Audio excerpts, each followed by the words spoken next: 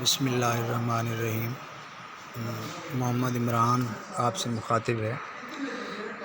हम आज के इस लेक्चर में कंटिन्यू करेंगे वर्टिब्रेट्स में कम्युनिकेशन वन में आज हमारा जो टॉपिक है जिसको हम डिस्कस करने जा रहे हैं वो है टेस्ट और गस्टेशन। वर्टिब्रेट्स जो हैं वो किस तरह से चीज़ों का टेस्ट लेते हैं, उनकी जो टेस्ट रिसेप्टर्स हैं वो बॉडी के किस पार्ट में मौजूद हैं और किस तरह से वो एक्ट करते हैं। बुनियादी तौर पर जो कीमो रिसेप्टर्स, टेस्ट रिसेप्टर्स हैं, दीज आर कीमो रिसेप्टर्स। और ये बात याद रहे कि कीमो रिसेप्टर्स कोई भी ऐसा रिसेप्टर होता है जो एनवायरनमेंट के अंदर मौजूद या बॉडी के अंदर मौजूद केमिकल्स को सेंस करता है। ये कीमो रिसेप्टर जो हैं बॉडी के ऊपर मौजूद होते हैं आम कुछ एनिमल्स के, या फिर ये रिसेप्टर जो हैं वो माउथ और थ्रोट के अंदर मौजूद होते हैं। एनिमल्स में जहाँ तक मैमल्स का ताल्लुक़ है, मैमल्स में उनकी जो ज़ुबान है that is covered with special protuberances, उभार होते हैं छोटे छोटे। These are called as papilla. Papilla जो है वो बम्पी अपीयरेंस, खुरदरी जो अपीयरेंस है वो प्रोवाइड करती है। और इन उभारों के दरमियान, प्रोट्रूबरेंसेस के दरमियान थाउजेंड्स ऑफ टेस्ट बड्स मौजूद होते हैं, जो दो तरह के आम तौर पे हमें मिलते हैं। उनमें कुछ सेल्स जो हैं उनको हम गस्टेटरी सेल्स और कुछ सेल जो हैं उनको सपोर्टरी सेल्स कहते हैं। Gustatory cells you must know that these cells are different in their shapes. Gustatory cells are barrel shaped and are chemoreceptors, while supporting cells are those cells which support gustatory cells on the tongue. Body में मुख्तलिफ़ किस्म के जो receptors हैं उनमें से taste bud जो हैं उनके ऊपर स्पेशल किस्म के सुराख मौजूद होते हैं जिनको हम टेस्ट पोर्स कहते हैं। टेस्ट पोर्स कहते हैं। ये जो टेस्ट पोर्स हैं, ये टेस्ट पोर मैसेज को रिसीव करने के बाद जो है वो नर्व के ज़रिए हमारे ब्रेन तक पहुंचा देता है। जहाँ तक मैमल्स में टेस्ट बर्ड के एक्शन का ताल्लुक़ है, मैमल्स में टेस्ट बर्ड जो हैं बुनियादी तौर पर वो चार तरह के होते हैं। उनमें स्वीट, सोर, बिटर और साल्ट को डिटेक्ट करने की सलाहियत मौजूद होती है। वो रिसेप्टर्स जो स्वीट इन नेचर हैं, स्वीट इन नेचर से मुराद उनका एक्शन स्वीट को टेस्ट करना है, वो आम तौर पे हमारी बॉडी में जो हम इनटेक कर रहे होते हैं शुगर, उसको नोट करती है। जो सोर टेस्ट बड्स हैं वो कोई एसिड्स अगर बॉडी में चला जाए तो उसको टेस्ट कर रहे होते हैं। बिटर जो हैं उनका ताल्लुक़ अगर किसी कोई अल्कलॉइड बॉडी अगर एंटर हो रही होती है तो उसको नोट करते हैं, जबकि साल्टी जो है वो इलेक्ट्रोलाइट्स को नोट करते हैं। यहाँ ये बात याद रहे कि इन टेस्ट बड्स की जिनके मैं नाम ले रहा हूँ, स्वीट, सोर, बिटर और साल्टी जो हैं, इनकी नेचर डिफरेंट होने के साथ साथ इनका नंबर और इनकी पोजीशन भी बॉडी के ऊपर हमारी ज़ुबान में चेंज होती है। मिसाल के तौर पर मैं यहाँ बताता चलूँ कि जो टेस्ट बड्स में स्वीट टेस्ट के बड्स हैं वो हमारी ज़ुबान के सामने वाले हिस्से में होते हैं, फ्रंट साइड पे। और जब भी हमने कोई स्वीट को टेस्ट करना है तो उसको टेस्ट करने के लिए हम ज़ुबान की जो फ्रंट साइड है उसको टच करेंगे। इसी तरह से जो साल्ट है वो एक साइड पे, सोर दूसरी साइड पे और जो बिटर है वो तीसरी साइड के ऊपर मौजूद होता है। तो ये टेस्ट बर्ड जो हैं इनके डिस्ट्रीब्यूशन, इनका नंबर जो है ज़ुबान के ऊपर मैमल्स में मुख्तलिफ़ जगह पे होते हैं। अब बुनियादी तौर पर ये जो हैं वो टेस्ट रिसेप्टर्स हैं। These are different type of proteins which are present on the surface of receptor plasma membrane. Receptors जो हैं उनकी सरफेस के ऊपर एक स्पेशल टाइप की प्रोटीन होती है प्लाज्मा मेम्ब्रेन के ऊपर, जो एक्शन पोटेंशियल जनरेट करती है किसी भी टेस्ट को लेने के बाद, और वो एक्शन पोटेंशियल जो है वो नर्व के ज़रिए ब्रेन तक कन्वे कर दिया जाता है। जहाँ तक रेप्टाइल्स और बर्ड्स का ताल्लुक़ है, तो रेप्टाइल्स और जो बर्ड्स हैं इनमें जो टेस्ट बर्ड्स हैं ये मौजूद होते हैं, but these are present on small part of the body as compare to mammals. Reptiles जो हैं और बर्ड्स जो हैं these do not have taste buds on their tongue. ज़ुबान के ऊपर जो हैं वो टेस्ट बर्ड्स मौजूद नहीं होते। मैंने स्टार्ट में ज़िक्र किया कि जो टेस्ट बर्ड्स हैं वो एनिमल्स की बॉडी की पोजीशन पे डिपेंड करते हैं। एनिमल जो है उसकी बॉडी के किस पोजीशन पे मौजूद होंगे, उनका नंबर क्या होगा, ये बात बहुत इम्पॉर्टेंट है। तो आम तौर पे जो रेप्टाइल्स और एम्फीबियंस हैं उनमें जो टेस्ट बर्ड्स हैं these are present in pharynx. That is a basic difference between mammals, reptiles and birds according to the position of their taste buds. So taste in fishes and amphibians। Fishes और amphibian के जो taste buds हैं these are present on their skin. Taste buds in sturgeon are abundant on its head projection. ये अब variation आ रही है कि जो स्टर्जन है उसके जो टेस्ट बर्ड्स हैं वो उसके हेड के ऊपर मौजूद होते हैं। It is called the rostrum. In taste buds को जो स्टर्जन के हेड के ऊपर मौजूद होंगे हम इनको रोस्ट्रम का नाम देंगे। आमतौर पे टेस्ट अदर फिशेस, अगर हम स्टर्जन के अलावा बात करें तो इनके जो टेस्ट बर्ड्स हैं वो इनके roof, side walls and floor of the pharynx, ये तीनों जगह पे मौजूद होते हैं। कैट फिशेस और जो सक्कर्स फिशेस हैं जो ज़मीन के ऊपर फीड करते हैं पानी के नीचे, उनके जो टेस्ट बर्ड्स हैं they are present on the entire surface of their head, body and tip of the tail. Tail की टिप के ऊपर, बॉडी के ऊपर और पूरे सर की जो सरफेस है उसके ऊपर मौजूद होते हैं। They are also abundant on barbels of catfish. Catfishes के जो बार्बल्स हैं उनके ऊपर भी मौजूद होते हैं।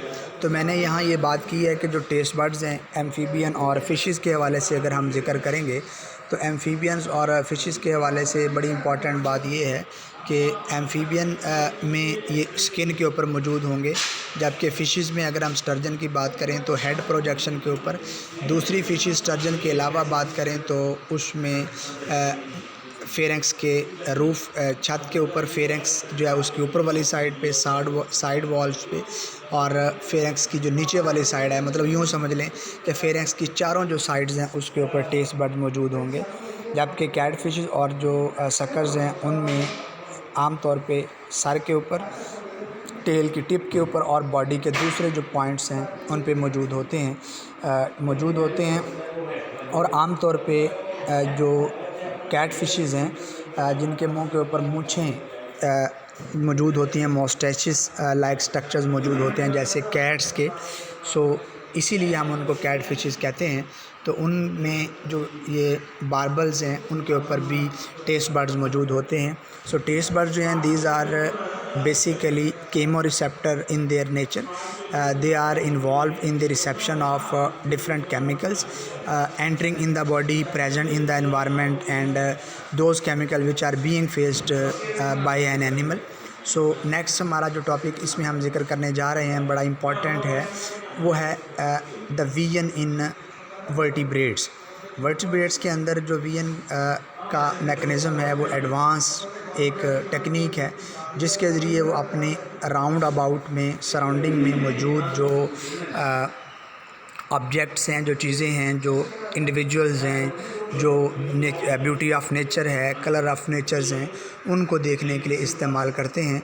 और इन चीज़ों को देखने के लिए ये वर्टिब्रेट्स जो हैं वो अपने ब्रेन के अंदर एक इमेज, एक जो है वो अक्स बनाते हैं, और वो इमेज भी उसी तरह से जैसे हमने पीछे रिसेप्टर्स के अंदर बात की कि स्टिमुलस जो है वो बॉडी में एंटर होगा, एंटर होने के बाद रिसेप्टर्स उसे रिसीव करेंगे, एक एक्शन पोटेंशियल नर्व के ज़रिए कन्वे होगा ब्रेन के अंदर, और ब्रेन जो है वो उसको एग्जीक्यूट करेगा। एग्जीक्यूट करने के बाद जो भी रिस्पॉन्स है अप्रोप्रिएट वो पे किया जाएगा। सो बात करते हैं आइज़ जो हैं, मैमल्स की स्पेशली इसमें ज़िक्र होगा कि मैमल जो हैं उनमें आई बॉल जो है दैट हैज़ 3 layers, sclera, choroid and retina. ये 3 लेयर्स हैं आँख के अंदर। सक्लेरा जो है it is the outermost layer of the eye, the transparent cornea covers the front of the eyeball, it continues with the sclera. अब पहली हमने लेयर की बात की है कि सक्लेरा जो है वो आँख की सबसे आउटर मोस्ट, अगर हम एक बॉल लें, गेंद लें, और उस गेंद के ऊपर जो कवर चढ़ा होता है, यूँ समझ लीजिए कि वो सक्लेरा है। ये थिन लेयर होती है, ट्रांसपेरेंट होती है। आँख के सबसे ऊपर वाली जो लेयर है वो ये है, और इसके फ्रंट वाली साइड पे एक और लेयर जो इसी की कंटिन्यूशन है।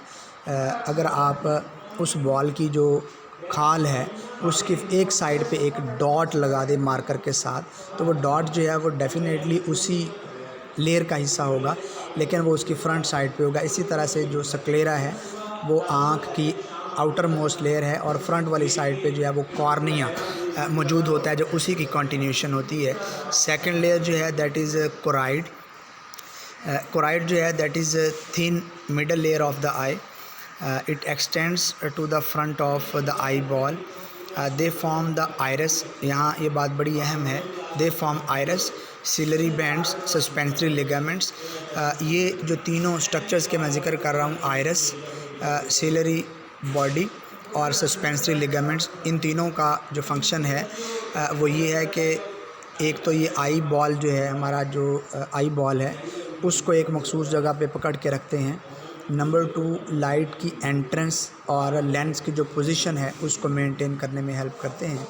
सक्लेरा जो है वो स्मूथ मसल से, सर्कुलर मसल से बनी हुई एक लेयर है, और आमतौर पे इसी की मदद से जो इसकी फ्रंट वाली साइड है सक्लेरा की, वहाँ एक छोटा सा सुराख होता है जिसको हम प्यूपिल कहते हैं, और ये प्यूपिल जो है वो लाइट की एंट्रेंस, डिम और जो इंटेंस लाइट है उसकी एंट्रेंस जो है उसको कंट्रोल करती है, जिसकी वजह से हम रियर एंड नियर, जो अपने करीब और अपने दूर जो ऑब्जेक्ट्स हैं उनको देख पाते हैं। अगर आप गौर करें तो ये आपके सामने एक तस्वीर आप देख रहे होंगे। इस तस्वीर में सबसे ऊपर वाली लेयर आप देख रहे हैं कि वो कोराइड है, सेकंड लेयर जो है वो सक्लेरा फर्स्ट लेयर है, और सेकंड लेयर जो है वो कोराइड है, और कोराइड जो है उसी में सस्पेंसरी लिगामेंट्स हैं, उसी में सिलरी बॉडीज़ हैं, और उसी में आइरस मौजूद है। थर्ड लेयर जो है that is called as retina. ये इनर मोस्ट लेयर है, थिकेस्ट सबसे मोटी लेयर है, और आमतौर पे जो रेटिना है इसको हम 2 पार्ट्स में डिवाइड करते हैं। रेटिना जो है इसके ऊपर फोटो रिसेप्टर्स मौजूद होते हैं। जो बाकी हमने 2 लेयर्स की बात की उसमें प्रोटेक्टिव नेचर की लेयर्स मौजूद हैं, उसमें लाइट की एंट्रेंस को कंट्रोल करने की जो है वो सेकंड लेयर है, आई बॉल को पकड़ने की, आँख की पोजीशन मेंटेन करने की और आँख को साफ़ रखने के लिए एक्शंस परफॉर्म करती हैं। जबकि ये थर्ड लेयर जो है वो सबसे इम्पॉर्टेंट लेयर है। इस लेयर के ऊपर जो है वो फ़ोटो रिसेप्टर्स मौजूद होते हैं, और definitely you know that photoreceptors are those receptor which are linked with light reception, जिनका ताल्लुक़ लाइट के रिसेप्शन के साथ होता है। तो जो रेटिना है इसको 2 हिस्सों में, या इसके फ्रंट रेटिना और जो लेंस है इसके दरमियान अगर हम एरिया को डिवाइड करेंगे तो उस एरिया को इस तरह से डिवाइड किया जाता है कि फ्रंट वाला जो एरिया है उसको हम एक्वस ह्यूमर, और जो पीछे वाला एरिया है उसको विट्रस ह्यूमर कहते हैं। आप यहाँ इस बात को ज़रा गौर से देखें कि एक्वस ह्यूमर जो है that is a clear fluid, it फिल्स the anterior chamber of the I, lens के पीछे और रेटिना के आगे। ये जो एरिया है ये फ्रंट बनता है, इसके अंदर जो फ्लूइड मौजूद होता है, लेसदार मादा मौजूद होता है, वो लेसदार मादा जो है वो क्लियर होगा और इसको हम एक्वस ह्यूमर कहेंगे। याद रहे कि that is present between the lens and the cornea. मैंने स्टार्ट में बताया कि जो स्क्लेरा है, उस स्क्लेरा के फ्रंट वाली साइड पे जो एक मखसूस पार्ट है जिसको हम कॉर्निया कहते हैं, दैट इज़ आ ट्रांसपेरेंट, जिसकी मदद से लाइट जो है वो एंटर होती है, लाइट आँख में एंटर होती है। तो वहाँ तक का जो एरिया है लेंस से लेकर कॉर्निया तक का, उसको हम एक्वस ह्यूमर कहते हैं। जबकि विट्रस ह्यूमर जो है that is a jelly like vitreous body. ये यूँ समझ लीजिए कि लेसदार मादा जो कदरे जो है वो थिक होता है, विस्कस होता है, that is present behind the lens. Retina और लेंस के दरमियान का जो एरिया है वो विट्रस ह्यूमर है। लेंस और जो कॉर्निया के दरमियान का एरिया है, वहाँ जो फ्लूइड मौजूद होता है उसको हम एक्वस ह्यूमर कहते हैं। अब बड़ा इंपॉर्टेंट पॉइंट इसमें जो जिक्र करने वाला है वो ये है कि हम इस लाइट को अकोमोडेट कैसे करते हैं, किस तरह से लाइट को इस्तेमाल करते हैं चीज़ों को देखने के लिए। लाइट जो है जब ये आँख में दाखिल होती है तो रेटिना के एक मखसूस पॉइंट पे इसका गिरना और उसकी गिरने के बाद एक मखसूस किस्म का इमेज बनना, that is called as an accommodation. The process of focusing light rays precisely on the retina is called as accommodation. जो लाइट आपकी आँख में दाखिल हो रही है वो इमेज उसी वक्त बना पाएगी सही और एक्यूरेट जब वो एक मखसूस रिक्वायर्ड पॉइंट पे फॉल करेगी। अगर वो मखसूस और रिक्वायर्ड पॉइंट पे फॉल नहीं कर रही तो प्रॉपर इमेज की फॉर्मेशन पॉसिबल नहीं है, that is called as accommodation. अगर आप देखें तो हम इस लाइट की मदद से जो विजन का प्रोसेस है वो परफॉर्म करते हैं। आम तौर पे जो करीब और दूर के जो ऑब्जेक्ट्स हैं उनको हम इसी मदद से देख पाते हैं। करीब और दूर के जो ऑब्जेक्ट्स हैं उनको देखने के लिए हम ये अकोमोडेशन का जो मैकेनिज़्म है ये इस्तेमाल करते हैं। तो सबसे इम्पॉर्टेंट पॉइंट इसके अंदर ये है कि आई जो है वो मसल्स और फाइबर की मदद से लाइट की एंट्रेंस को कंट्रोल करती है। कभी भी अगर मसल्स जो आई बॉल को कंट्रोल करते हैं, उसके स्ट्रक्चर को कंट्रोल करते हैं, वो अगर प्रॉपरली फंक्शन ना कर रहे हों तो आईलिड का उठना, लेंस का अपनी शेप को चेंज करना, लाइट की क्वांटिटी जो है उसका प्रॉपरली आँख में दाखिल होना मुमकिन नहीं होता। तो आँखों में जहाँ तक जिन एनिमल्स के अंदर वेल डेवलप्ड आइज़ मौजूद हैं और वर्टिब्रेट्स हैं स्पेशली वो, उनमें हम सबसे पहले फ़िशेस की बात करेंगे। फ़िशेस जो हैं they contain similar to other vertebrate eyes, however eyes of fishes are lidless. लेकिन ये बात याद रहे कि उनकी आँखें जो हैं उनके ऊपर कोई कवरिंग मौजूद नहीं होती, वो लिडलेस होती हैं, वो लेस प्रोटेक्टेड होती हैं। इन फ़िशेस के जो लेंसेज हैं these are round in shape, it is close to the retina. Distance lens और रेटिना का बहुत कम होता है। शेप में जो लेंस है वो गोल होगा। फ़िशेस की जो आंखें हैं उसके ऊपर कवर जिसको हम आईलिड कहते हैं वो मौजूद नहीं होता। फ़िशेस जो है वो अपने इमेज को फोकस करने के लिए अपने लेंस को फॉरवर्ड और बैकवर्ड मूव करते हैं। सो एम्फीबियन जो हैं उन these are primary side feeders, मतलब ये कि ये अपनी आइज़ का इस्तेमाल करके अपनी लाइफ को ज़्यादा पॉसिबल बनाते हैं। इन एनिमल्स में ज़्यादा अडाप्टेशंस हैं एज़ कम्पेयर टू फ़िशेस आँख के हवाले से। कुछ एम्फीबियंस जो हैं उनमें दोनों आइज़ जो हैं वो करीब होती हैं। यूँ समझ लीजिए कि जो माथा है उसके ऊपर मौजूद होती हैं, front side of the head मौजूद होती हैं। इट प्रोवाइड्स बाइनोक्यूलर विजन, ये दोनों आँखों से एक ही इमेज बनाते हैं। जैसा कि हमारे पास बाइनोक्यूलर माइक्रोस्कोप होती है और इस बाइनोक्यूलर माइक्रोस्कोप को इस्तेमाल करते हुए हम एक ही इमेज को देख पाते हैं दोनों आँखों के ज़रिए। जबकि अदर जो एम्फीबियंस हैं they have smaller and more lateral eyes, उनकी आँखें साइज़ में छोटी होती हैं और वो अपने स्कल के दोनों साइड पे मौजूद होती हैं। So these are quite apart, वे एक दूसरे से थोड़ा फासले के ऊपर मौजूद होती हैं। And have no binocular vision, और एक वक्त में दोनों आँखों से एक इमेज बनाना पॉसिबल नहीं होता। आम तौर पे उन एम्फीबियंस के लिए जिनकी आँखें सर के दोनों साइड के ऊपर मौजूद होंगी, they have transparent nictitating membrane. Nictitating membrane, अगर आप अपने हाथ को, अपनी उंगली को अपने नाक और आँख के दरमियान रखें, तो जहाँ से नाक की तरफ से आँख स्टार्ट हो रही है वहाँ एक छोटा सा आपको पॉइंट मिलेगा, एक छोटा सा दाना मिलेगा।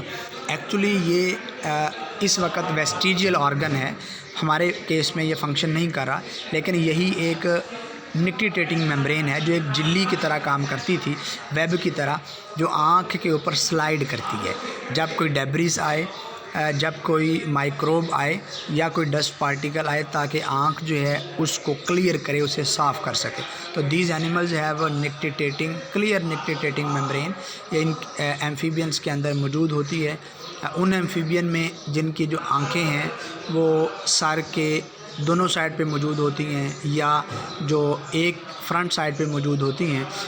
इन जानदारों में इनर आईलिड जो है, जो लेंस है वो मूवेबल है, और ये निक्टिटेटिंग मेम्ब्रेन चूँकि मूव करती है आई बॉल के ऊपर, और ये महफूज करती है उस आई बॉल को डेब्रीज से, माइक्रोब से और दूसरे डस्ट पार्टिकल से। जहाँ तक रेप्टाइल्स का ताल्लुक़ है, रेप्टाइल जो हैं they have dominant sense of vision, they have upper and lower eyelids, दोनों पलकें मौजूद होती हैं जैसे ह्यूमंस के अंदर हैं, मैमल्स के अंदर हैं। Nictitating membrane and blood sciences protect the surface of the I. Blood sciences से मुराद ये है कि जो ब्लड है उसकी सर्कुलेशन या उसका पूल, उसका जो तालाब है आँखों के अंदर, वो और निक्टिटेटिंग मेम्ब्रेन दोनों ही आँख को साफ़ करने में बुनियादी रोल प्ले करती हैं। स्नेक्स और कुछ लिजर्ड जो हैं उनमें upper and lower eyelids fuse in the embryo, जो जब वो अभी डेवलपमेंट की फॉर्म में होते हैं उस वक़्त इन एनिमल्स के अंदर जो अपर एंड लोअर आईलिड, यूँ समझ लीजिए कि आंखें बंद की हुई हैं, ये इसके अंदर मौजूद होती हैं और वो फ्यूज़ होता है, और आमतौर पे it forms a protective window. उस वक़्त ये एक प्रोटेक्टिव विंडो बनाती है, एक क्लियर, ये फ्यूज़्ड जो आईलिड्स हैं वो क्लियर प्रोटेक्टिव ट्रांसपेरेंट विंडो बनाते हैं, that is called as spectacle. और वो फ्यूज़्ड जो मेम्ब्रेन है उसको हम स्पेक्टेकल्स कहते हैं। आमतौर पे जो रेप्टाइल्स हैं उनके अंदर एक इन दोनों आँखों के दरमियान एक थर्ड आई मौजूद होती है, दैट इज़ कॉल्ड एज पेराइटल्स आई और median I. Some reptiles possesses a median eye, outgrowth of the roof of optic tectum। Mid brain जो है इन एनिमल्स का, अगर आपको याद हो जब हमने ब्रेन का जिक्र किया तो मैंने आपसे कहा कि ब्रेन जो है उसकी फ्रंट, बैक और मिडल जो है, मिडल एरिया जो है वो आपने ऐसे देखना है कि आप सर के ऊपर से एंट्रेंस ले रहे हैं। सबसे ऊपर जो है वो फोर ब्रेन होगा, उसके नीचे मिड ब्रेन होगा और उसके नीचे जो है वो हाइंड ब्रेन होगा। तो यही हम बात कर रहे हैं कि ब्रेन को अगर हम सामने से देख रहे हैं तो मिड ब्रेन जो है वो सेंट्रल पार्ट बनेगा। तो सेंट्रल पार्ट जो है just where the midbrain is present, there is an outgrowth on the front of the head, that is called as of median eye और parietal आई। आमतौर पे ये आँख जो है वो टाटारा के अंदर कंप्लीट होती है। इसमें लेंस भी मौजूद होते हैं, इसमें नर्व्स भी मौजूद होती हैं और इसके अंदर जो हैं वो रिसेप्टर्स भी मौजूद होते हैं लाइट को रिसीव करने के लिए। जबकि इसका बुनियादी फंक्शन जो है वो इमेज बनाना नहीं है, बल्कि इसका बुनियादी ताल्लुक जो है वो लाइट और डार्क पीरियड में डिफरेंस करना होता है। So it means that may differentiate between light and dark period, दिन और रात का तयन करना, लाइट कम है ज़्यादा है, इंटेंसिटी कम है ज़्यादा है, इसका ताल्लुक जो है वो इसके साथ है। तो रेप्टाइल्स में ये थर्ड आई जो है वर्क कर रही होती है। इस थर्ड आई को हम मीडियन या पैराइटल आई भी कहते हैं। जहाँ तक बर्ड्स का ताल्लुक है, बर्ड जो हैं they have important sense of vision. Birds में डबल फोकसिंग मैकेनिज़्म मौजूद है। अब ये बड़ी एक इम्पॉर्टेंट बात ज़िक्र हो रही है, इम्पॉर्टेंट पॉइंट है इस टॉपिक का कि बर्ड्स जो हैं उनमें विजन का मैकेनिज़्म दूसरे एनिमल की निस्बत ज़रा वेल डेवलप्ड है। तो याद रखिएगा कि इनमें डबल फोकसिंग मैकेनिज़्म जो है मौजूद होता है। और आमतौर पे इन बर्ड्स के अंदर जो पैड लाइक स्ट्रक्चर्स हैं वो कंट्रोल करते हैं कर्वेचर ऑफ द लेंस की शेप समझ लीजिए यहाँ पे कि लेंस की शेप जो है उसको मसल्स कंट्रोल करते हैं। सिलरी मसल जो है वो फोकस करने में हेल्प करती है फिश इन बर्ड्स को करीब की चीज़ और दूर की चीज़। और आम तौर पे यही वजह है कि जब ये फोकस करते हैं इन मसल्स की मदद से लेंस का साइज़ चेंज करने के बाद, तो ये जल्दी से झपट पड़ते हैं, जल्दी से अटैक कर देते हैं अपने शिकार के ऊपर। इन डबल फोकसिंग मैकेनिज़्म से मुराद ये है कि ये राइट साइड से भी फोकस कर रहे होते हैं, लेफ़्ट साइड से भी फोकस कर रहे होते हैं। तो एक चीज़ को तो अगर दो चीज़ें फोकस कर रही हैं एट ए टाइम, तो वो परसुएशन जो है, वो ताक़ुब जो है वो आसान हो जाता है, पकड़ना इजी हो जाता है दूसरे एनिमल की निस्बत। बर्ड्स जो हैं अगर हम उनके अंदर बात करें या ओवरऑल एनिमल्स के अंदर बात करें कि जो फ़ोटो रिसेप्टर्स हैं, जो लाइट सेंसिटिव पिगमेंट्स हैं रेटिना के अंदर, थर्ड लेयर ऑफ द आई के अंदर, वो क्या हैं, क्या काम करते हैं और किस तरह से उनकी नेचर है। It's basement layer composed of pigmented epithelium. Retina जो है ये एक ऐसी लेयर है जिसके अंदर लाइट को सेंस करने के लिए पिगमेंट्स जो हैं, रिसेप्टर जो हैं वो मौजूद होते हैं, और यहीं से जो नर्वस टिश्यूज़ हैं वो आगे लेके चलते हैं। आमतौर पे जो सेल्स हैं उनकी नेचर दो तरह की होती है जो लाइट को रिसीव करते हैं। उसमें पहली तरह के जो सेल्स हैं जो आँख की